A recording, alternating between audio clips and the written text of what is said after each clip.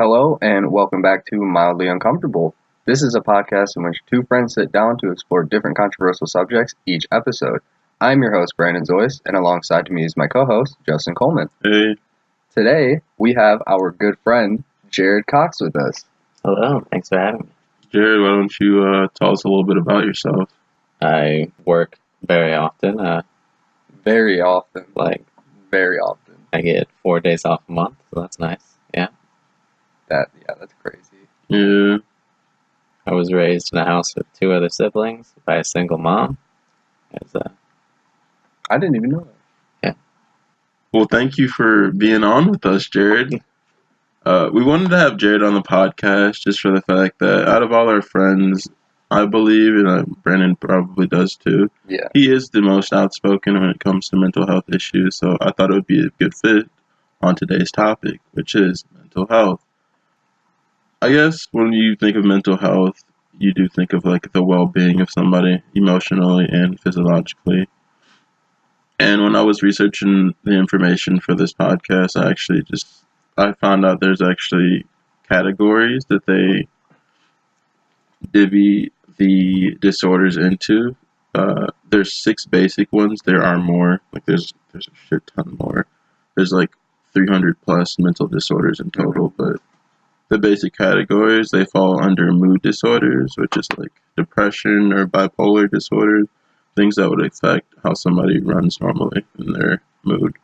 Anxiety disorders like OCD and panic disorder, so like panic attacks or just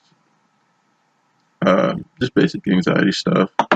There's personality disorders like borderline personality or narcissistic personalities. There's psychotic disorders like schizophrenia, eating disorders like anorexia, some people binge eat, trauma disorders like PTSD, and then there are substance abuse disorders, which is it's like drug addicts and alcoholics type deal, which I thought was interesting that fell under disorder. So I didn't know that originally that was a thing you would classify under like a mental health issue. But I mean, it makes sense. Yeah. I wouldn't have thought of it that way either, actually. I guess we can just go in with the basic question. What is your history with mental health? Good, bad, and what does good mental health look like to you versus bad? I think it kind of depends on the person as well, like what actually is good to them, because somebody could be very, very depressed, and then them not having like their depression for a week or like feeling better from their depression for a week is great to them, which is awesome, of course, but it's like that's not how it should be all the time. You know what I mean? Like I think that if you're happy all the time, that's a very, very good mental state, If you're happy with your own self and your own mind, that's a good mental state, in my opinion. Yeah. So you think it's like situational? Good mental health to you is not good mental health to someone else. Right. It depends on every situation with it. And then for me with mental health too. What do you aim for? Yeah, like I said, I just aim to be happy. Try to be happy within myself, within the environment that I'm in. And if I'm not and I feel uncomfortable somewhere, I just try to remove myself from the situation to make myself feel better, Yeah.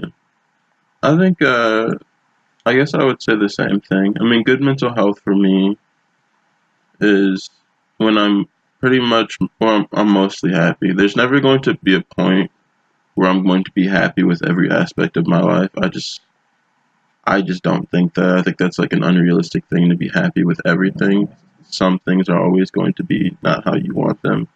But just to be mostly happy and to be content with your situation, I think would be good mental health. It's kind of what I want to aim for is being content and not wanting more, I guess, more than I need. What about you, Jared? Yeah, I agree with that. Striving for contentness is unfortunately the high of where I'm at the point. For a while, I couldn't get to the content in my life, but after I moved out and got away from all the stress in my life and got a new job, met new friends, I could actually get to a good, content life and found a happier way of trying to live my life. Yeah, that's really fucking good. Yeah, it's that very is so good. Yeah.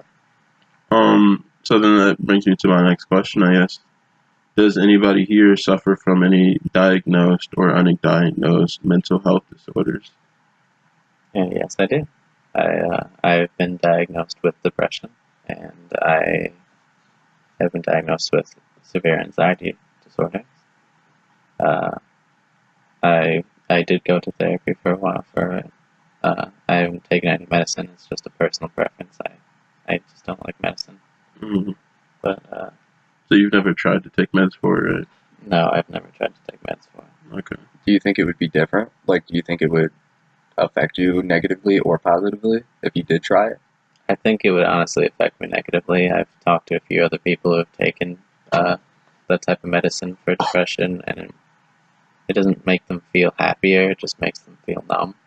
Instead of being sad, they're just a middle ground. Okay. It doesn't make them any happier, and ends up making them feel like shit. That makes sense. Yeah, when I was looking it up, there's more people who feel negative or no positive side effects from antidepressants, just in general. It works for some, but not most. Damn. That's really fucking, that's a big thing there. With me, no, I've never been diagnosed, like, actually from a doctor, but I just went, obviously you go through whatever in life, and I've talked about it on this podcast before, but like just being in a state of depression, not where you have depression, because I've never actually had depression, but I've just been depressed, like very sad. So I've never actually been diagnosed with anything. I did have anxiety, but it wasn't like a big like case of it, you know what I mean? So I was diagnosed with that it wasn't long at all, but it it wasn't like a big case of anxiety whatsoever. Like, I would have anxiety attacks from here and there, but nothing very notable, you know what I mean? Yeah, I've never been diagnosed with anything, and I don't think I ever have anything. I think for me, I get anxious, but I certainly don't think I have anxiety. Yeah. I will get sad, but I don't think I'm depressed. And, I mean, that goes back to me also never seeing anybody. So, in my opinion, I would say no, but I don't know that for certain. I guess the next question is, how has living with the condition shaped your life today? I think it's helped you for better or worse, the person you've become. Honestly, I might have become a better person the way I was raised, because having this anxiety and depression has made me a much nicer person. I feel like how other people can understand how it is to, like, just the little subtle things that can affect a person's, like, mood and everything. I try to be a much better and nicer person to anyone, no matter who they are, what situation they're going through. That's really nice, yeah. And you think that's because, like, of, anybody could be going through whatever, like, the same as you, so you don't want to make them feel shittier, or? Yeah, since I've gone through this, I can understand there could be anything they're going through. Okay. Mm-hmm. Yeah, that makes complete sense. I actually feel the same exact way, and it's just like, because I feel that way in general, even though I'm not, like, really diagnosed, but I'm not anymore, but, like, just understanding that anybody could be going through anything is a huge thing for life in general, so you shouldn't treat people bad for anything, in my opinion. But yeah, I think that when I was diagnosed for a bit, and then when you go through these sad spells where you have this amount of sadness in your body, not actually diagnosed, but just for me, like I said, where it wasn't completely depression or anything, but I think it still shapes you because you realize how you could be, how sad you could be, how anxious you could be for certain things, so you just got to rewrite it in your own self and try to fix it. So I think it shaped me a lot for the way I go about myself and the way I go about other people as well, yeah. Yeah, I think that's good. I feel like, I've never, like I said, I never got diagnosed with anything, but I wouldn't change anything that happened to me. Like, my experience has shaped me for who I am today, and I like the person I am mentally. Like, the things I stand for, I'm pretty outwardly proud of who I've become, so I feel pretty good about that. I agree with you. Yeah. So I did want to get into specifics and go more in depth with your guys' history and our history just in general, I wanted to start with anxiety. Uh, so the figures from it, I guess it affects like 1 in 5 adults in America, so that's like roughly 40 million people. And that's just in our country. I think in total it's like closer to like 300 million like worldwide, but like anxiety is right now the highest in America. And with millennials it's only been going up and increasing as years have been going on. Oh my god. I also thought it was interesting. It's more common in wealthier countries. Like more people suffer anxiety in like wealthier countries than like third world countries. You know what I mean? Why though? Why do you think that is? I feel like because we have our necessities. Like we're not struggling for food and we're not struggling for water. So we have something else to focus on. Like there's something else that our mind needs to focus on. Where I'm saying, I'm sure there are people in third world countries that have anxiety. It's just not like on their mind. What's more important is surviving. You know what I mean? Yeah. That makes complete sense. Yeah. So I think that's like a pretty big factor in it. Yeah, other than that, like I guess that would have to be like, or my theory on why it is such a different figure for the different countries. Yeah. How often do you guys like feel anxious in general? Out of a full week, let's go with a week. I would say like 4 days. Not a full day, but out of 4 days of the week, I at least feel it for an hour. Mm-hmm. What about you, Jarod? Most recently, I haven't actually been that anxious just because of how much I work. Like, I've been there for so long that around all of my coworkers, I'm not anxious at all. I've gotten super comfortable with them. And all I've been doing each week is just going to work, going home. But just yesterday, I went to my first social gathering with some a school friend's birthday party with a bunch of people I haven't seen in so long, a bunch of people I've never seen. I just stuck to my seat and I couldn't talk. I was extremely crippled with social anxiety. Yeah. I just couldn't do anything. Yeah, that makes sense though. I get like that too. I feel like that's a huge thing for just people. Like some people aren't like that, of course, but I feel like nowadays the majority are like that. I think that's a lot to do with how we are being raised. And I think it'll probably only get worse from here just because I think it mostly is because of the internet where you don't have to be as personable to get social interaction. True.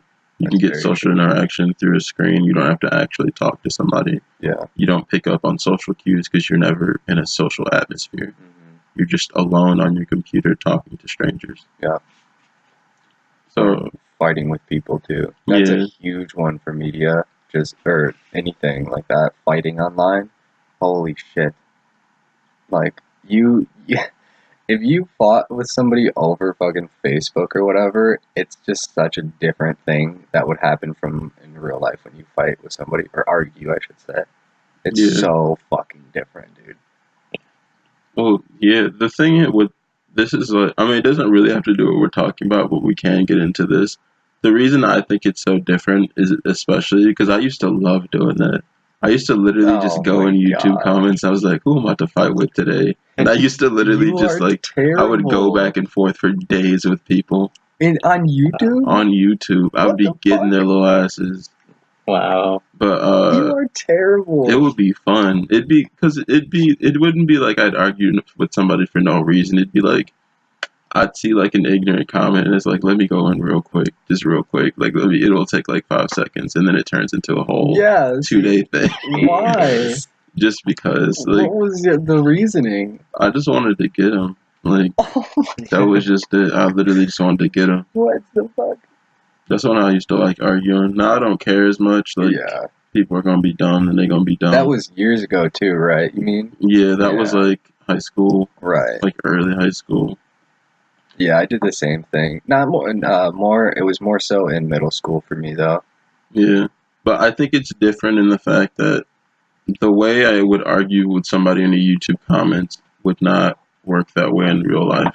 Oh yeah. In a YouTube comment, you literally have time to rebuttal to form whole actual sentences. You can sit there for hours and curate this perfect response, whereas in real life, people get flustered, people's emotions come out. Yeah. It's just like a social reaction that happens that just does not happen online. And some people can't take arguments either like that. That goes back to any disorder that it is. Like it might be they're anxious about it. So like some people just literally start crying when you start to argue with somebody. You know what I mean? Yeah. And it's sad because, in the moment, and because I've experienced this with people, like me yelling or me starting an argument and then them just shutting off and shutting down completely. And it's sad because at the time, as the person who started the argument, I don't understand what they're doing because I don't understand how their mind is working with that anxiousness that's going on. So, like, I don't pay attention to it at the time, or I didn't when this was happening.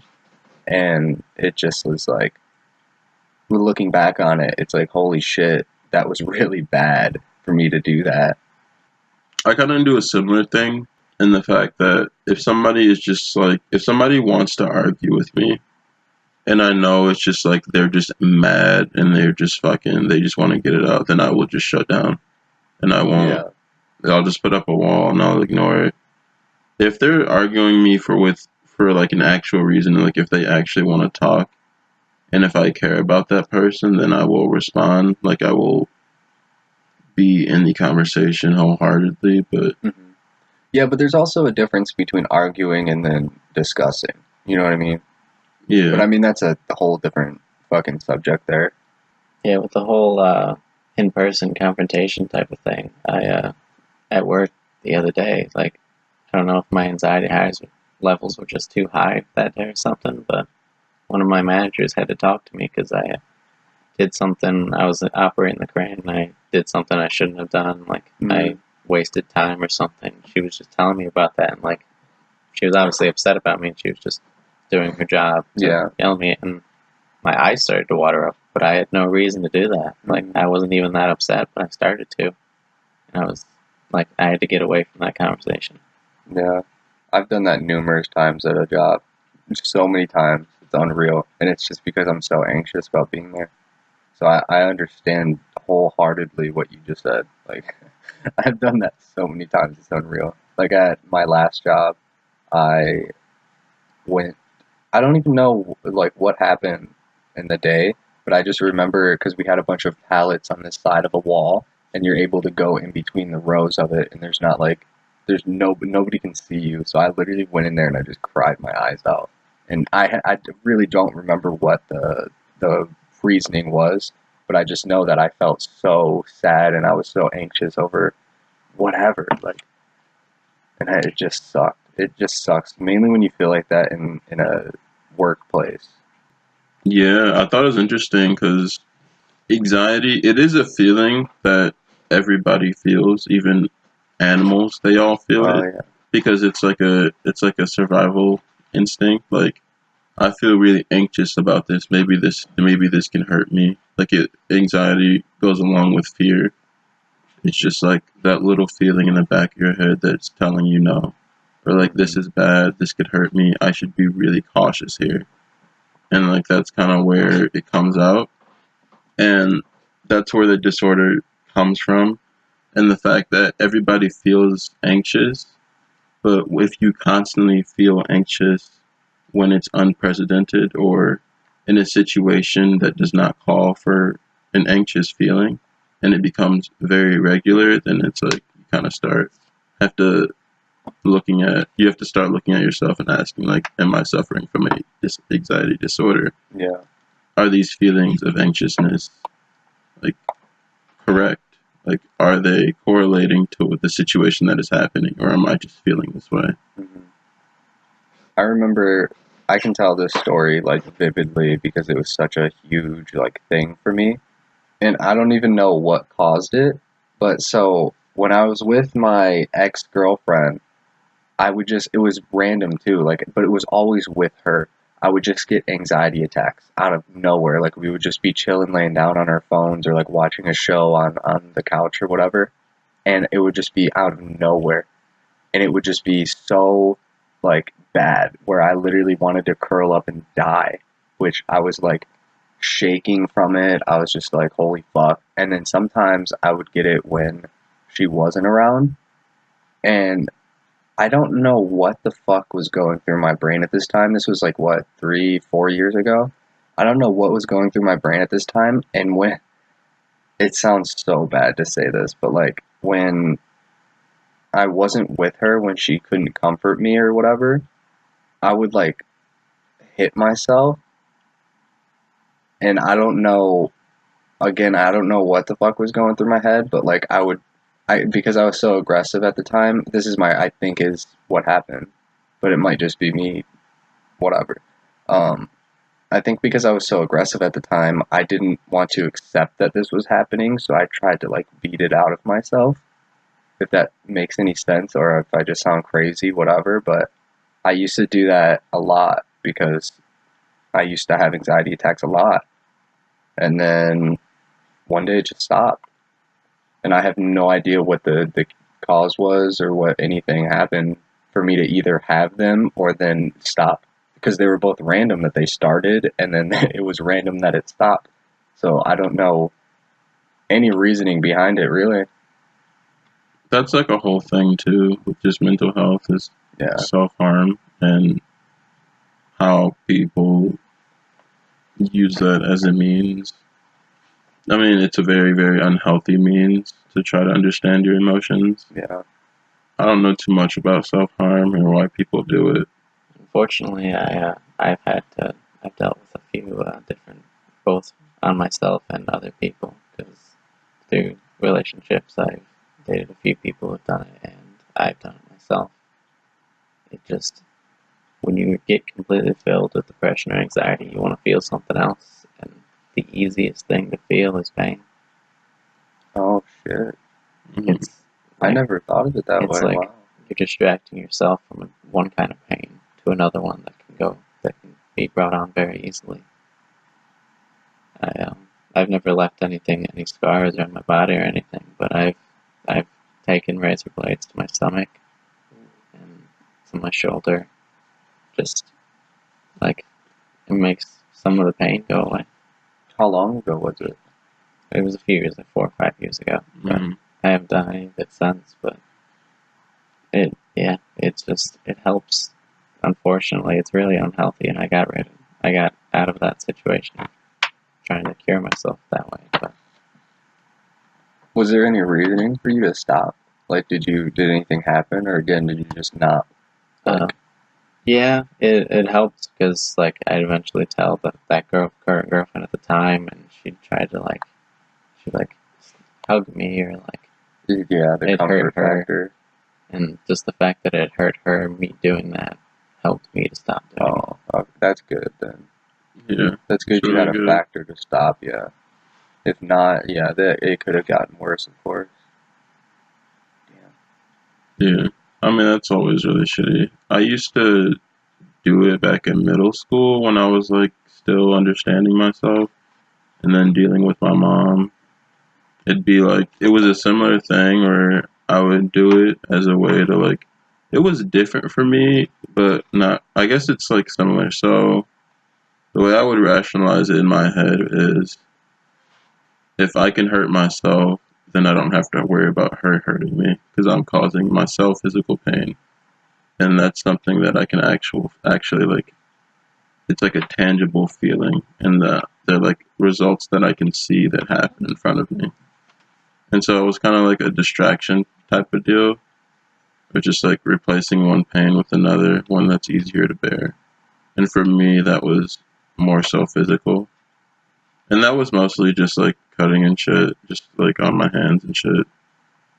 And that happened in middle school, but I did stop just because it was like, this isn't like a healthy thing to do, that I realized pretty quickly. It's like even when you start doing shit like that, or at least for me, it was like, in the back of my mind, I always knew like this is a dumb thing I was doing, but I was always doing it anyways. I think, and also that's when like I probably suffered from the most anxiety, which I don't really suffer from it now anymore with just like as time passed. And it was all social. It wasn't like I would never have panic attacks when I was on my own. Like I remember I used to skip my first hour every day because, and this was in middle school, because I would always get to school late just because like my mom she worked and she came home in the morning, and so I would get to school a little late every day. And I used to have a panic attack when I had to walk up to the door and open it because I knew everybody would stare at me. And so instead of doing it, I would just go to the bathroom and wait till the hour was over and then go to my second hour when the bell rang. I remember the teacher found out I was doing it and then told the whole class about it. And then I was like, yeah, I'm actually never coming to your class again now. I just never went back. What the fuck? Yeah, She just told the whole class? She just told the whole class. I guess somebody was like asking like, how come I never come to class? And she just said that. Because like people came up to me that day and asked me. I obviously I lied and denied it, but it was weird. Like even then I was like, that's like a really odd thing, right? Like teachers shouldn't do things like that. Yeah. Like what the fuck? Yeah. I wonder if she still works there. That's a grown ass woman. Like, yeah. And you're fucking 11 in middle school, 12? Yeah. So it's like, what the fuck? It was just really weird. I guess maybe she just didn't like me since I didn't come to her class. Yeah. So maybe she like felt some sort of malice towards me, but yeah. It's still stupid to do that. You're a grown woman. Like. Yeah. But I haven't really suffered it from like as the years have gone on. Like I feel like with most kids they have the problem where like you can't order shit over the phone. Oh yeah. Yeah, like that, like doctor's appointments, dentists, like shit like that too. Yeah, like I couldn't even like call people, just like say hi because that felt really odd. Yeah. Like talking to anybody on the phone was weird. Having to like go in and pay for gas would be weird for me. Like having to have interactions with anybody outside of like my main group of friends at school and like home, that would just be, it just seemed like terrible. What about, it would just make me anxious. What about like fast food? Same thing? Yeah, same thing. I wouldn't want to do it. It's like, and you don't have to really. Well, I didn't have to when I was a kid because it's like drive through and my mom would just order it. I never really cared about it. Like growing up, like yeah, there was that little factor, but I would still do it. You know what I mean? Like I didn't care to the point where I would never ever even do it. Like I used to want to before I had a car when I was like in middle school and I would go to the gas station with my dad, I would want to go up to the teller and fucking give him the money.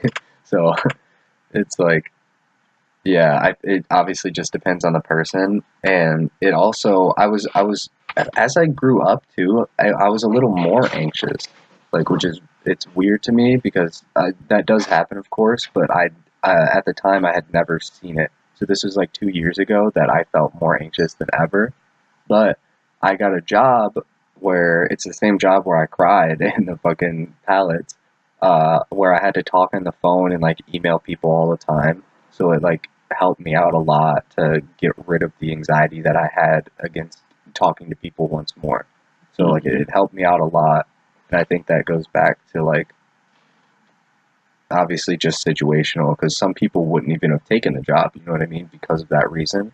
So I think it was in my head where I wanted to help myself, so I took it more, or like I wanted it more technically. Oh, nice. Yeah, that's good. I feel like, yeah, as the years went on from middle school to high school to now, like pretty much, well, most of my social anxiety was completely gone. Like I haven't had a panic attack since middle school. In that sense, my anxiety has gotten a lot better. Like, I don't even really experience it pretty much at all anymore, which is nice. And that mostly just came with me trying to help myself with it. I used to have a really hard time talking to people. I still have a hard time, like, getting close to people and talking to them, but it's way better than it used to be. And I think going to college really helped with that. Mm-hmm. And that was like a large part of my intent with it, was like if I go far away and I'm by myself, I will not have a choice but to talk to people. Yeah. Because I will have to do it to survive. Yeah, mainly since you lived in a dorm too. Yeah. And that was just really nice. Like I really learned to make friends and socialize when I was there. And then after I came home, I worked as a cashier, so I did customer service, so that was really good. Yeah. I learned how to actually deal and talk with strangers, whether they're angry at you or whatever, which is really cool. Yeah, that's a good trait to actually have too. Just like dealing with people. Yeah. Like just like dealing with normal like people going out. That's a really good thing to have experience under your belt with. Yeah. I actually really like that part of my job, talking to strangers, which was just funny. It's just like such a polar opposite from how I was to how I am now. So yeah, I don't really suffer from it anymore, just because of the things I've done in life have literally just helped me with it. Yeah, working retail definitely helped me a little bit with my anxiety because I used to be like a complete mess, but then I started working retail and having to help customers, and because I'd be at a counter and they'd have to come up and talk to me and Right. ask like for advice on certain tools and different ways to use them and how to use them, what it costs and everything. So I would get a lot of social repetition, like just keep doing it over and over because it'd get busy and I just keep having to talk to people. Yeah. But I still, unfortunately, suffer with it pretty bad. Still, like I'll go, like you said, ordering food and whatnot, fast food. Like if there isn't already a line, then I feel anxious just walking up to the counter. Like sometimes I'll stop and tie my shoe, even though it's already tied, and Oh wow. like just so like I'm not like I feel like I'm walking like especially if there's more than one cashier and they're all just looking at me as I walk in. I'll like find a way to distract myself and then work up the courage to walk up and order food, even though it's not that big of a deal to just order food. Yeah. Holy shit. Or like if there's someone I want to talk to and they're already talking to someone, like I'll like pretend to be on my phone. Or, like at a lot of social gatherings that my phone's not even on. Like I'll just look at a blank screen and pretend to type. And Oh really? like it's really hard for me to not do anything because I feel like everyone's looking at me. And it's like why is the guy just standing still? Yeah. I think isn't that the major factor in it where you just think like you're the main thing that everybody's looking at? I think that's the main factor for all of it, right?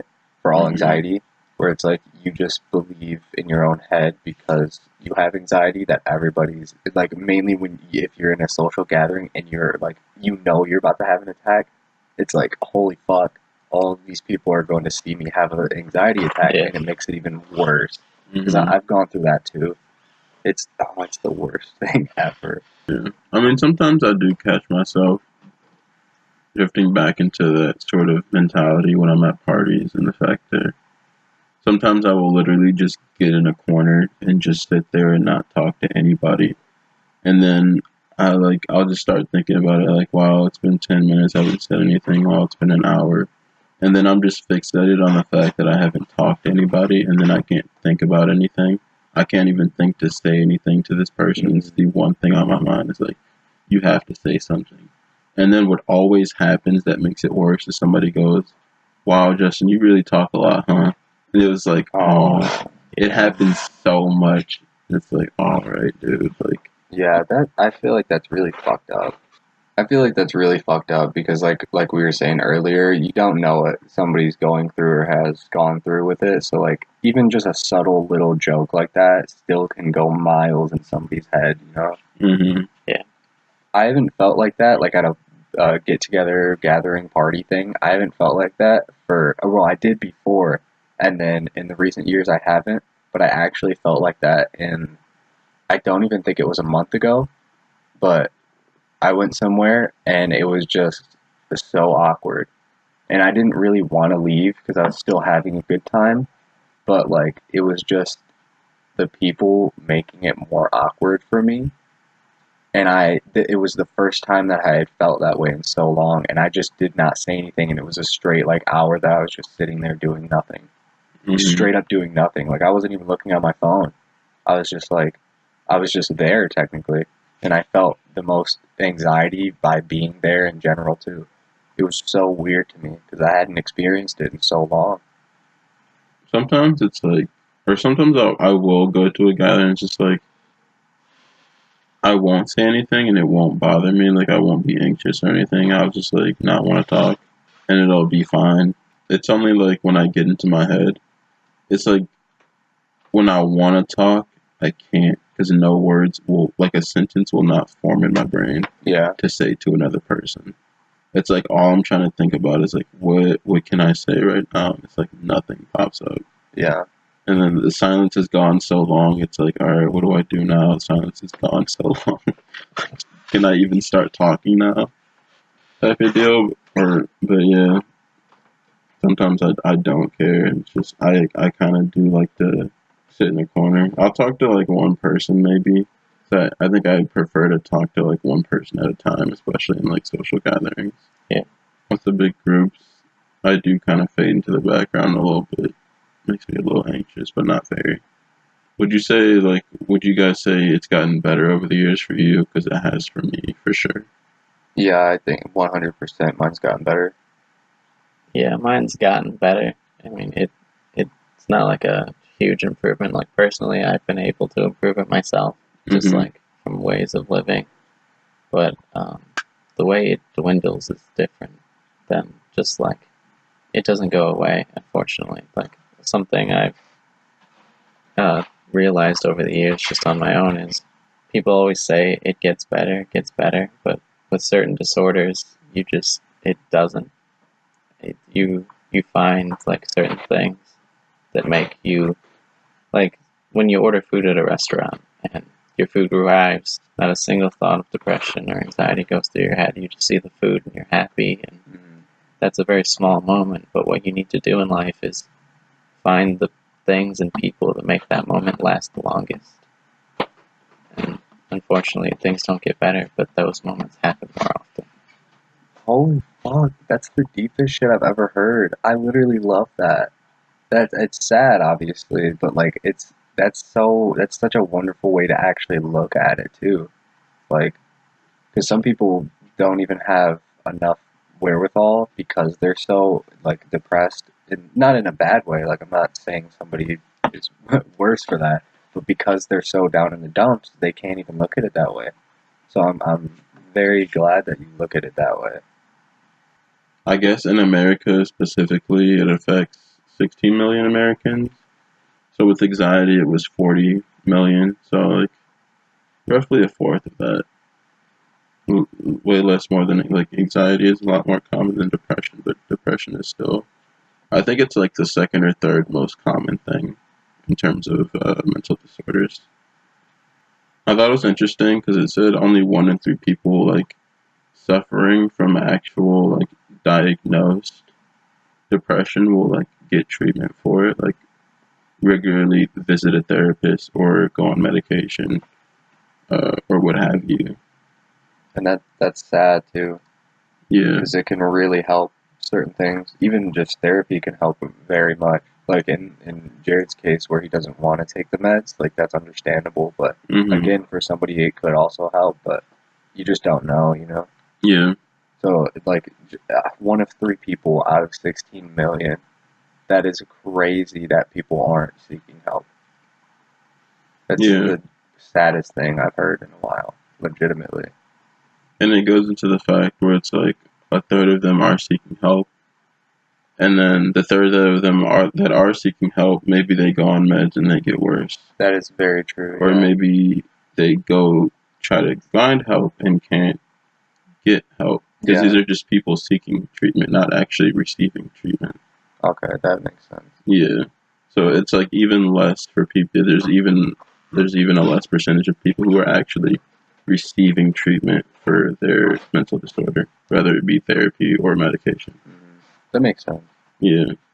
Yeah, and I used to do therapy because when I was 8, my dad was arrested and taken away for half my life. He was in jail for 8 years, so I was just raised by my mom. But when he first got taken away, we went to family therapy, and that just ruined therapy for me because I was stuck in a room with my 2 siblings and my mom, having to share what was about me and how I was feeling, and that ruined therapy for me. And I couldn't.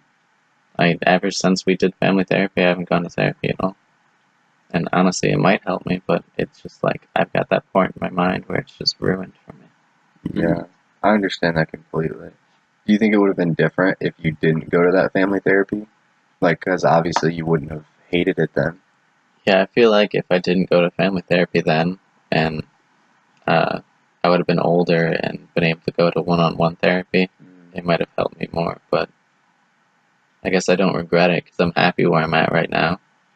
So I guess it's just the way I've been able to handle and grow with how it's affected me. I just was strong enough to get through it.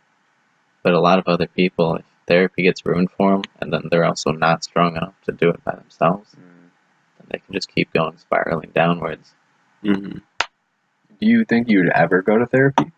Not anymore. I think I'm at a point, just recently in life, I've gotten to a point where I'm able to do this alone. And it's not like just because I want to. I feel like I'm at a level where if I do it alone, I can easily get through this. That's very good. And I'm coming up to a point where I'm at a point where I can find someone else, and it's not just for them to help me get through it, but someone else that I want to live with. Yeah, that makes complete sense. I'm glad that you're at that level then. Because honestly, I would love to go to therapy. I would love to right now. Like, I don't suffer like from diagnosed depression. I don't suffer from diagnosed anxiety anymore. Yeah, I'd love to get into therapy with an actual therapist because it's different than just talking to somebody who's close with you. Obviously, they have a fucking degree. So it's like, yes, your friends and your family can help you when you talk to them about stuff because they can make you feel more secure. But a therapist isn't like, I've always looked at it where a friend and a family member would just try to make you feel more comfortable when the therapist, of course, does do that as well, but they will also tell you what the fuck is wrong with you in general. So that's what I would like more of the harshness where I need to hear it other than just the comforting part from a friend or a family. Yeah. That's why I would love to go to therapy. And I think therapy gets shit on a lot from any person. Like, I think it has such a bad stigma to it that people just don't even want to go to it anymore. And now I think it's been like more in the rise that people are going again, even just like normal people to talk about things, which you need to, which is good, but it was just like for years on years, it was really like shit on. Yeah, I feel like there's certain things that you have to find like the right therapist because I've had a few friends where it just feels like their therapist is against them, like their parents are forcing them to go to it. And the one they're getting forced to go to, like, they share one small thing about their, like, I feel suicidal, and then right after the therapist tells their parents, they get thrown into a mental hospital. Holy shit. Just right away. I've had, like, one friend that keeps getting thrown into mental hospitals because every time they share their suicidal thoughts with their therapist, they tell their parents. Wow. Yeah, yeah. Is that legal? I think just because it's their parents, they're allowed to. But I'm not sure, maybe. Well, you mean before, is it recently? Yeah. Are they underage? The past year. Yeah, they're underage. Oh, okay, that makes sense then. Yeah, when you're officially an adult, they can't do that because obviously you're not under your parents' jurisdiction after that. But yeah, that makes sense since they're underage. That is legal then. But yeah, with the if they were fucking 18 plus, no. Yeah. No.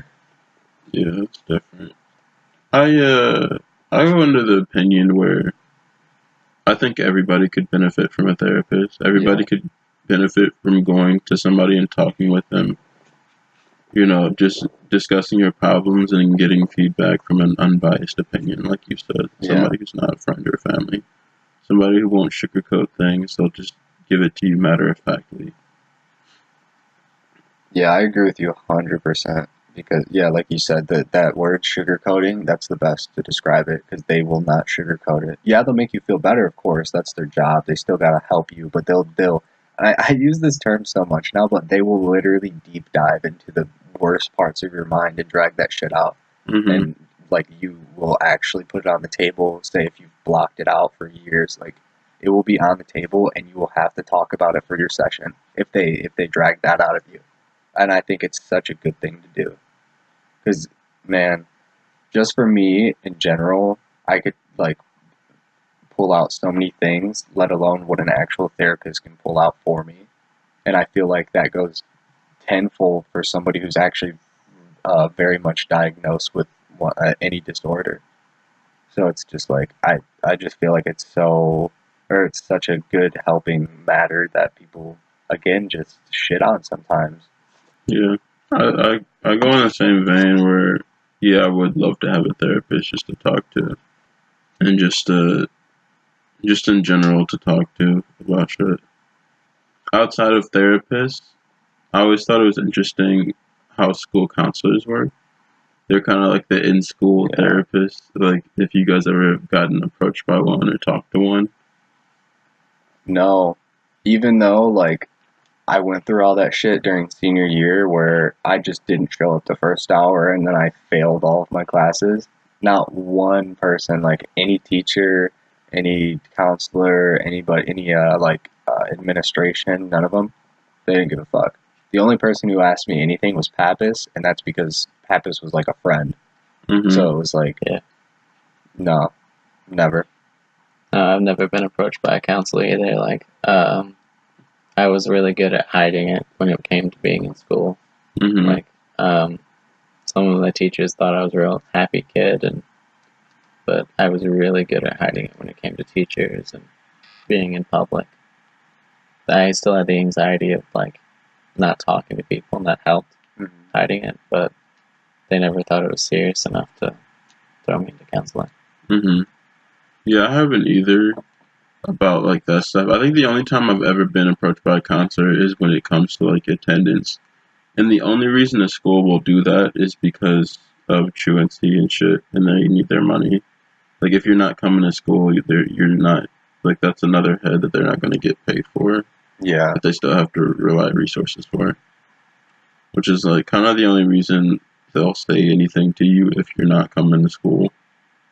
Which I always thought was like, because, like, literally every high school, literally any school I've ever been to, I've always been called and talked to about attendance. Outside of college, because I showed up to all my classes, but I always thought that was interesting. It was like never like, oh, what's up? It's just like that asked you why you weren't coming to school, but like it would not be for like good reasoning. Yeah, like they just want to know. Reasoning. Yeah, shit like that. Yeah. I just thought it was interesting, just because I always thought about like a school counselor and what their job title was, and what they actually did for students while they were working, or like while they were at least in school. I don't think I've ever heard of student, like, at least to the schools we went to, taking advantage of or like using or seeking help from a school counselor. The only thing I think, I mean, this isn't like full fact, this is just what I believe from what I've seen. I think the only thing that our counselors did for our high school was just help us change classes. Yeah, that's the only time I ever went to the counselor's office. Me too. Was to change class. Literally change my class. For real. And get out of it or switch to a different one. I think that is the only thing that they supported people with. Like, I feel like they probably could have done like the regular thing where somebody actually would seek help and they would help. I feel like it was very possible, but I just never had seen it in action. So, how did you get diagnosed, or what was the I guess experience with that? Well, actually, depression runs in my family. My mom, just normally she has depression just from her genes, but then also every time she got pregnant, it got worse and worse. And I was the third child, so actually each one of, like, my brother barely has anything. My sister's pretty depressed, and then I got even worse than her. My mom wanted me to go get diagnosed since she was diagnosed, but she didn't make me do anything that I didn't want to. Like, obviously, she didn't force me to take medicine. She takes them. And That's really good. Some people would force their children, so I'm glad that she didn't, because like you said, it could really have affected you badly. Yeah. What is it like for because it's straight, what is it? Is it the doctors that you go to for it to get diagnosed? How's the process of getting diagnosed? It's a little weird. It's more like a test you take, Oh, and they kind of like figure out if you are or not. it's like the fucking sheets from gym class. How did it make you feel today? Some of But that, like yeah. obviously more in depth and everything. I didn't think of it that way. It's probably just checking off symptoms. Yeah. That makes sense. Did you actually talk to anybody at any point? Like, what do you mean? Like you just filled out a test and they were like, "Yeah, you have depression." Or did you go talk to somebody? I had to talk to like some like, I think they were a doctor. I'm not sure if they were a doctor or a counselor. Oh, okay. Mm-hmm. This was a really long time ago. Yeah. No, that makes sense. Yeah, I never thought of it that way though, where you just fill out a sheet and then you talk a little bit. I feel like it would be way more in depth, but also like, yeah, I feel like it should have been more in depth. Yeah, it's because they can't really like take your blood and be like, "Oh, you have depression." That's true. It's more of a mental thing. Yeah, that's very true. Like I get the questions bit just because I'm sure it was just symptoms, symptoms of depression, and then talking to you was like probably like a confirmation type of deal, and seeing how you respond to certain questions. They could do a real in-depth one. They could do like a brain scan and see if there's something wrong with your brain. But okay. Mm-hmm.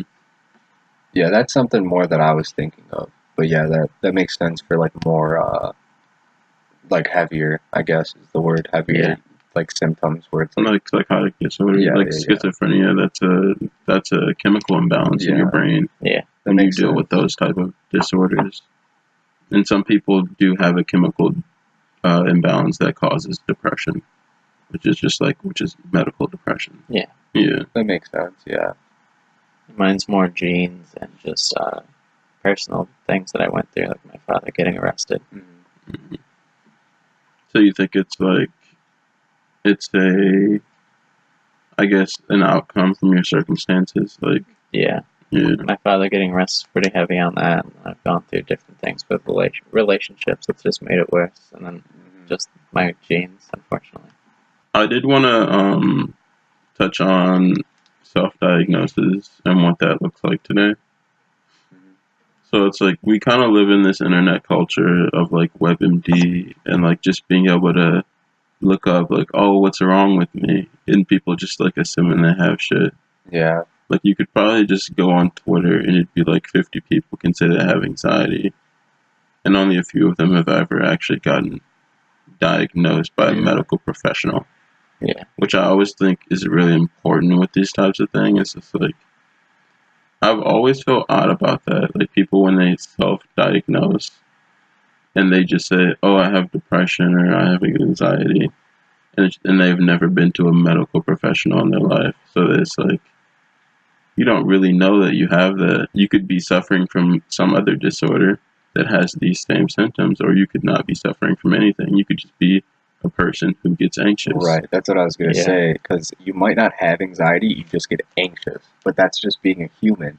Being a human, you still get sad, you still get anxious, but there's a difference between actually having anxiety and then actually having depression, because those are just tenfold with it, you know? Mm-hmm. Do you think, why do you think people self-diagnose instead of going to an actual medical professional? Money, for one. Money, because sometimes it could, be expensive to just go to a regular checkup to see if your whole body's okay. So sometimes that can get expensive. So it's like, I feel like if people experience these things of this alonged sadness and if they have attacks of anxiety sometimes, they just automatically say they have it, I believe. So it makes sense for me when people do self-diagnose.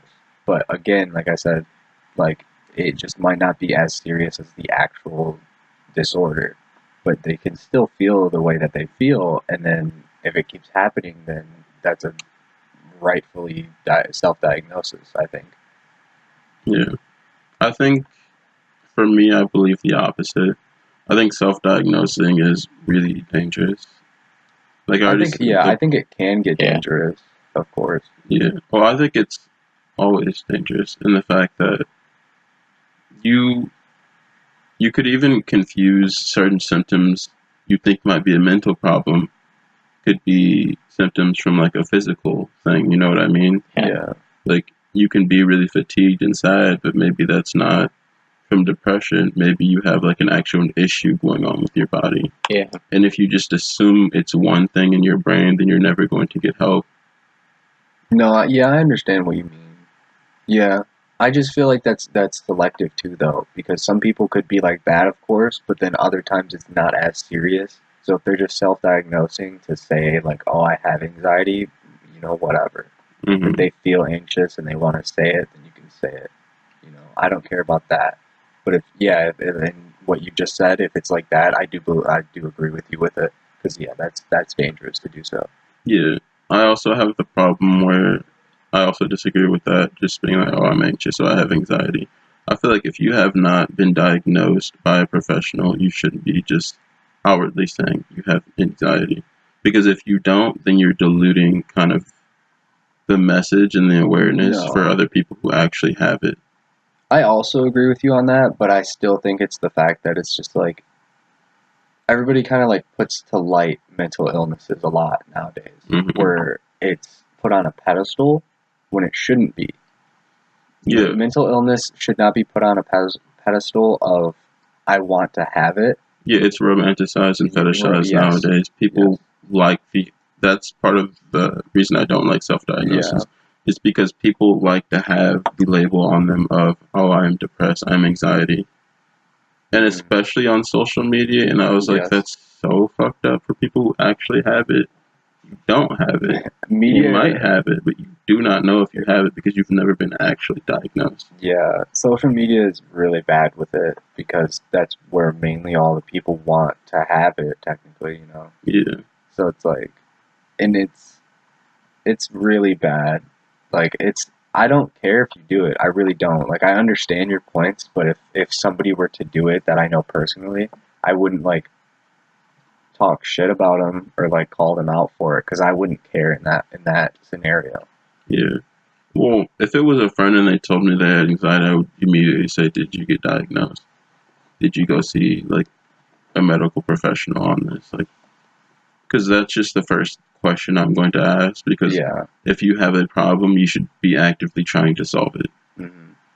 And if you're not, why are we even having this conversation type of deal? Well, some people aren't able to solve it. Yeah, if you're not able to solve it, then that's a different thing. You know what I mean? Mm-hmm.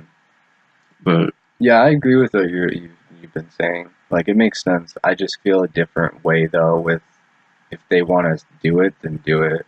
Because I do agree, again, it does dilute the point of actually having it, but because of the way the internet is and how media can, sway everybody's opinion within mental illnesses again, and putting them on a pedestal, it's just like, I don't know. I don't care in that sense, where if people do it, then they do it because it's been such a long time that now they've been doing it.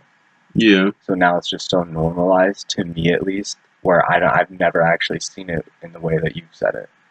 Yeah. And to go along with that, for me, it's like, I wouldn't like look at symptoms and be like, oh, wow, I have heart disease. I should like try to fix that. Like, that's not even something that I would be able to like decipher. Maybe I have some symptoms, but I don't know if I have that for sure.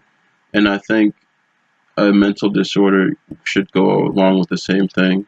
There are doctors and there are therapists and psychiatrists. They are professionals in that field for a reason. Mm-hmm. Everyday people, like, I would not be able to be like, I have heart disease and I know that like for 100% or sure.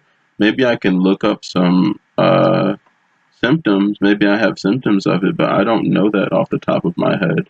And that's why I think it's just really irresponsible to do. You are not a medical professional in that field. Like, you should not be self-diagnosing a mental disorder or a physical, like, actual health disorder, in my opinion.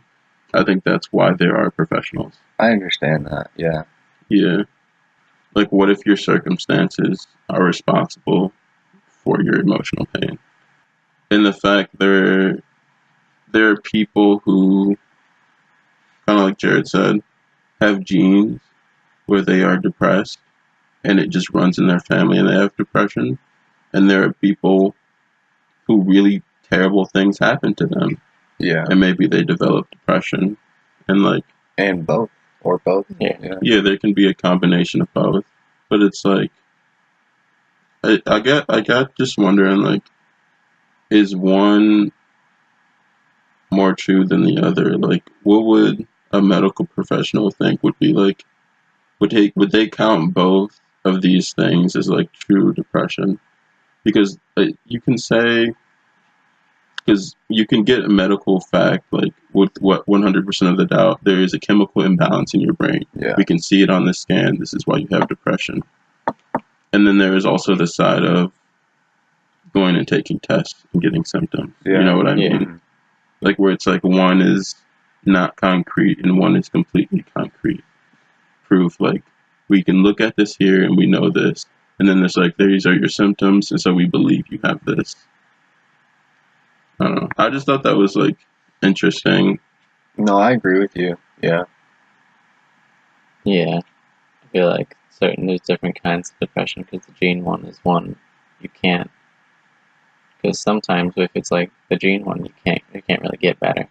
Yeah, You're stuck with it. But if it's a situational one, then things can get better, and it can probably go away just because your situation's developed and got to a better place. Yeah. You can't control the gene one because, like you said, the chemical imbalance with it is just it's always in your brain like that because you're just born like that. Yeah, that is the way your brain is structured. Yeah. And I thought that was an interesting point of like, if it is your environment that's causing you this distress, would removing you from it cure your depression, or can you cure depression? Because I was under the like impression that depression isn't something you cure; it's something you learn to live with and get better at. And so I was thinking like, well, if this person's depression goes away after you remove them from the circumstances, did they ever really have depression, or were they just sad because of their circumstances? I feel like if it does completely go away, I feel like maybe they didn't have like the actual mental illness of depression. Maybe they just had it in a long state of being depressed. Mm-hmm. Yeah. Yeah, I agree with that completely. Where it's they might not have even actually had it completely with any chemicals or whatever. Mm-hmm. And situational as well. It was just getting over the fact of it. And because obviously there's a difference, like we said before, about either being actually depressed or just being very, very sad for an elongated period of time. Because obviously there's a huge difference there. Because certain situations, I feel like if it's really traumatic enough to that person, it can change something inside them. But certain situations just make you depressed for an elongated period of time. Yeah, like traumatic events that can literally change the structure of how your brain works. So much trauma can actually damage you. Yeah, it's all selective, like the situation that you're in with whatever, with any trauma that you could go through. So, I think it just depends on what situations, we're in, or whoever's in with it. Yeah, I just think people should get better about like really understanding and not throwing around terms. Like just goes back to what I already said. Like, I do not like when people just throw terms around unless you've been diagnosed. Yeah, I guess. Go ahead, I feel like some people do it just to make themselves feel a little better, trying to understand who they are and what they're going through. Yeah, they're looking for a label. Yeah. They're looking for something to slap on their head and say, I am this. Now I understand. Even if it's not true, they're just looking for some basic term to understand themselves. Yeah, and it helps them out in that sense. I feel like if they do that, that's okay, but they need to further it and get fully diagnosed. They should not settle with that. They shouldn't be like, this is who I am. I guess I'll have to live with this. They should figure out what exactly is wrong with them. Yeah. It'll help them in the short run to figure out, say, this is what's happening to me. Maybe I should fix it, instead of just going, all right, this is what's wrong with me. I guess I have to deal with this. where have you seen mental health issues portrayed in media? And was it an accurate depiction of your experience? I mean, it happens a lot in TV shows or movies. Not a lot, but I can't even give an actual example right now, just off the top of my head, because I haven't really thought or looked into TV shows or movies that have it just straight up somebody depressed. Mm-hmm. Like I really can't think from the top of my head right now. How about you, Jared? Well, I know there's a lot of things in the media that happens when like celebrities become suicidal and end it. Like Yeah, that's true. the lead singer of Linkin Park, when Chester. Chester Bennington, he went out and it blew up all over social media, and his wife would talk about how happy he was, and the picture she posted about how happy he was just days before. Yep. I remember that. That was a sad day. Yeah. There's like a sad trend of celebrities ending their lives. Like, it's always really sad, even with Robin Williams' situation. That one's really sad as well. Yeah. One of the most giddy, happy people you would ever think. And he wasn't. Well, for me, I think one of the most important TV shows that's happening right now, and I say important, not maybe in a necessarily good way, is 13 Reasons Why. Because in that show, they depict, they talk about sexual assault, they discuss bullying, they discuss depression. The main character is kind of a victim of her circumstances. Maybe she had already suffered from depression, but as the show goes on, you kind of see the whole show is about her killing herself and then leaving tapes behind for other people to find. And in that aspect, I always thought that show was like, it never sent a good message because it kind of romanticizes suicide in a way. Like, I'm going to kill myself and then get revenge on these people by leaving tapes behind and saying it's all their fault that I'm dead. Yeah. Like, that's not a good message to send to anybody. Like, I don't think that's an accurate depiction of how people who was planning to kill themselves would do that. Yeah. Like, that's so calculated. Yeah, again, it's just more so media trying to romanticize it, I believe, as well, like you were saying. Yeah.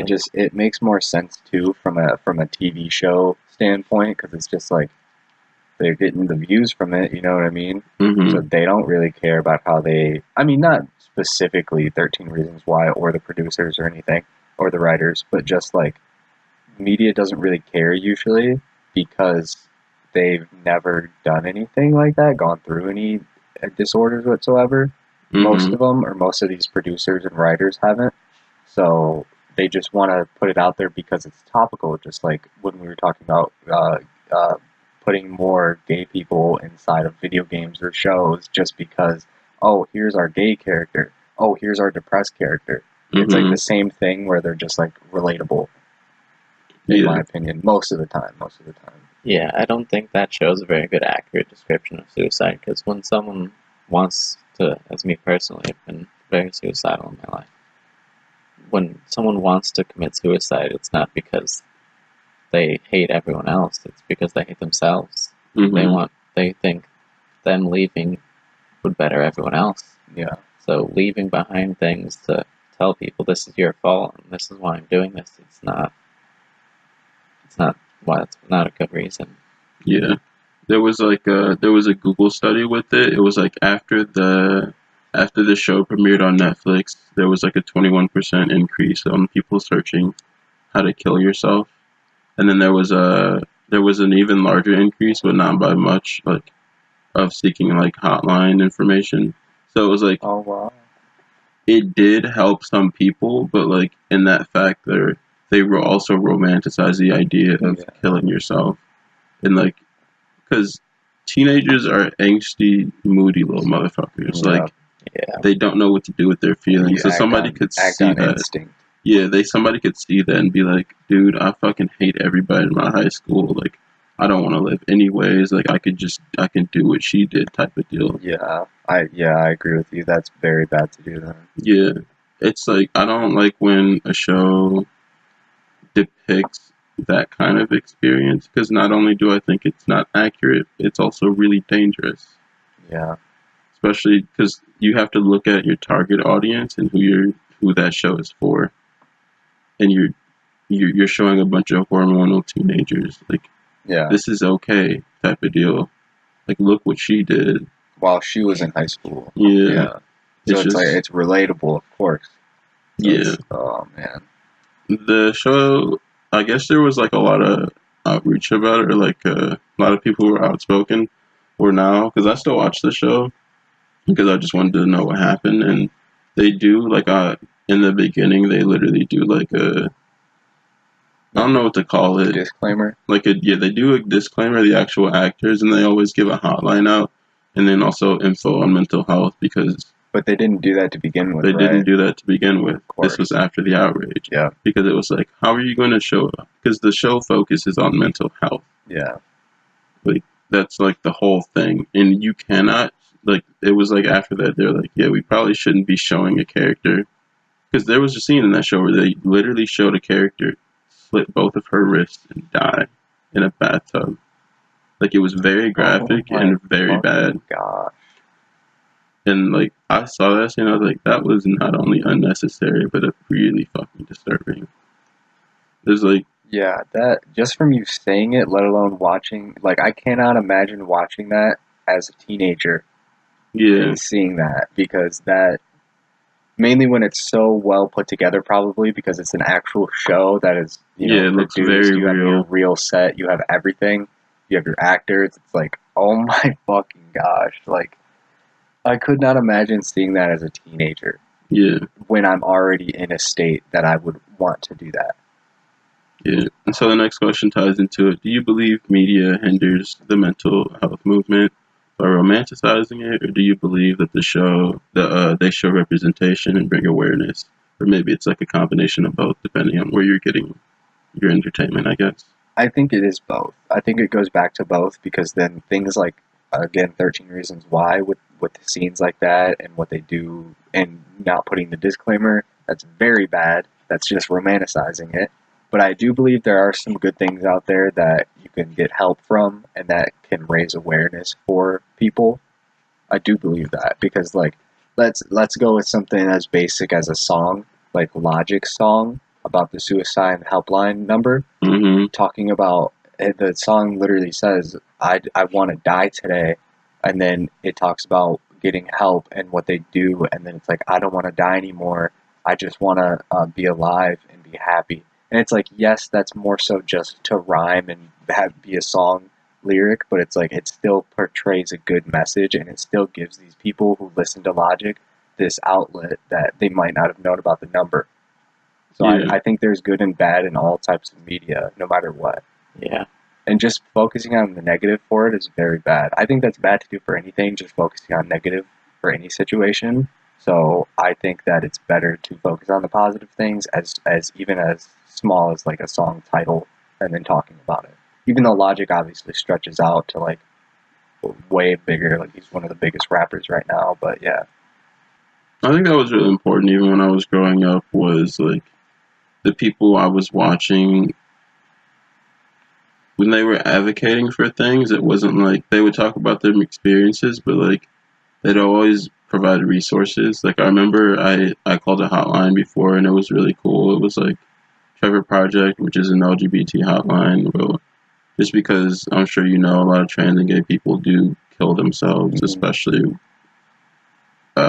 when you're still an adolescent and you're figuring yourself out. Yeah. And obviously your circumstances can come into play with that, with just people being accepting, how your family reacts, things like that. But it was just really cool to be able to just talk to someone, which is what kind of goes back to therapy. It was just me talking to a stranger, being able to tell somebody that I was gay for the first time, like another person, and not just have like me worried about it, just be like, all right, this is going to be the end of our like friendship or relationship, because I knew that person was already an ally, which is kind of why I really like the idea of therapists, because it's like you're already going to an ally. They're not going to judge you because like they are paid not to. They're just going to advise you and listen. But yeah, I for me, with media, I can see like shows like that, like 13 Reasons Why. It's romanticizing. I don't think it's helping the movement at all. Yeah. I feel like Twitter and social media also is not helping the movement because it's just a bunch of people saying they have things. They've never seen a medical professional. Maybe they don't. Maybe they do. But we don't know because you're diluting the movement by saying you have something that you probably do not. Mhm. But I think usually corporations around mental health do a pretty good job reaching out. Like Logic, that was a really cool idea. I know it's very talked about now, but I don't know if it's like necessarily made it better or worse. You know what I mean? The Logic song? No, just the movement in general for mental health, like social media and actual media. Yeah, I see what you mean. It's certainly more talked about, but I don't know if it's gotten better or worse. Yeah, that's true. Sometimes, because there's a lot of celebrities out there that push to, like, they fundraise and they really go out there and talk personally to people. Mm-hmm. Like the genie from Aladdin. I can't remember. Will his name. Smith? No, the old genie, Robin Williams. The Robin Williams. He, even before he died, he was pushing to help people who have that type of things and make people happier. And yeah, I think that makes his story a lot sadder, just for the fact that he was trying to help people with depression, while he was also struggling with it himself, a struggle that he did eventually lose. yeah, I feel like the people who have it the worst are the ones who can help the most, but there's no one there to help them. Yeah. Mm-hmm. All right, well, Jarod, thank you so much for being on, and thank you for opening up. Like, it did mean a lot for you to be here and talk about everything. Yeah. Thanks for having me. We appreciate it a lot. Thank you all for listening. Make sure to check us out on Apple and Spotify. Make sure to check us out on YouTube, whatever you want to do. Thank you so much for listening. It really does mean a lot. Goodbye. Bye-bye. Bye.